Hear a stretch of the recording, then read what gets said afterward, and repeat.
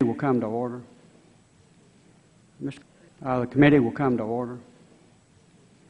Mr. Cordray, as you know, we're going to have some vote interruptions, and I'd like everyone, members, to know, as well as anyone listening, that Mr. Cordray has agreed to stay to 2 o'clock, which is a very nice accommodation.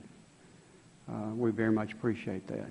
And we thank you for your attendance today to deliver the semi-annual report of the Consumer Financial Protection Bureau. The CFPB is an independent federal agency whose authority, as many of us have said, is far-reaching. Some have said unprecedented.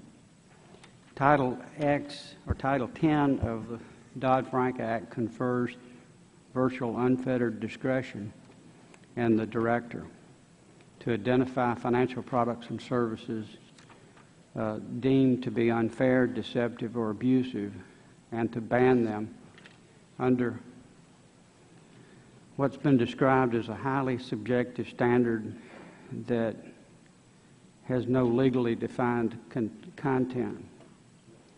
All of us agree on the need to protect consumers.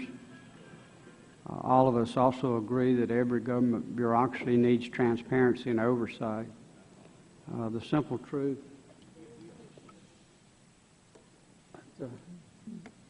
if we can have a little order.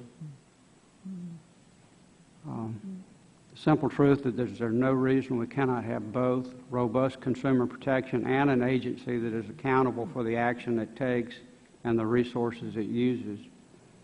The cause of greater accountability was not well served by the President's decision to circumvent the advice and the consent of the Senate and install the CFPB's director in a constitutionally questionable maneuver.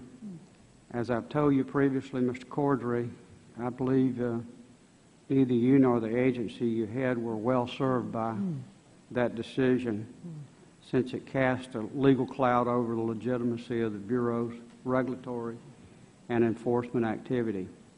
And I've also previously stated this dispute has nothing to do with you personally, but with the structure and lack of accountability surrounding the agency you've been asked to lead. The House has passed 2 bills this Congress, H.R. 1315 and H.R.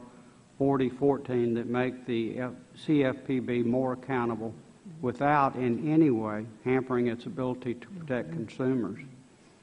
H.R. 1315 includes provisions placing the CFPB under the management of a 5-member bipartisan commission, an idea originally proposed by and supported by House Democrats. H.R. 4014, which passed the House just this week with strong bipartisan support and the support of Mr. Cordray, fixes a critical omission in the Dodd-Frank Act that could have resulted in regulated institutions waiving their attorney-client privilege when sharing confidential information with the CFPB.